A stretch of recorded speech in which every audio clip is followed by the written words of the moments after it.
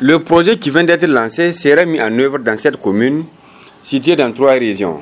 Les communes de Ténia, Tundikiwendi, Walam, Kintabaraden, Tabalak, Kao et Takanamat. Financé par le PNUD, le projet Planification et Financement de l'Adaptation au changement climatique au Niger, PFAN, est une panoplie de mesures qui permettront la résilience des communautés bénéficiaires qui pourront faire face aux effets néfastes du changement climatique dans le secteur de l'eau.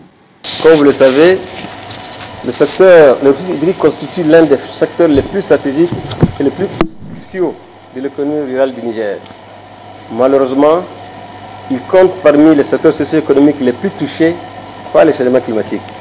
En effet, se fondant sur les indices de débit du fleuve Niger, de la Koumadougou-Yobe et du Goubi Maradi, les recherches ont montré que les débits annuels ont baissé de 34% entre 1969 et 1994 et les débits journaliers globaux maximum de plus de 70%. La situation actuelle des ressources hydriques au Niger constitue donc une menace préoccupante pour le pays. La situation entraîne des déficits pluviométriques récurrents, se traduisant par des sécheresses et une vulnérabilité accrue des populations et des écosystèmes.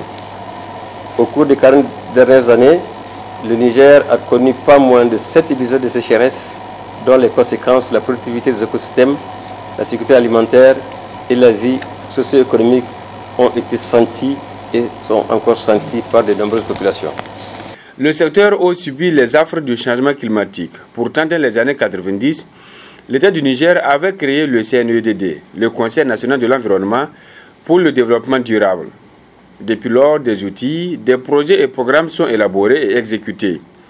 Le nouveau projet qui voit le jour aura pour mission principale d'aider la population à s'adapter.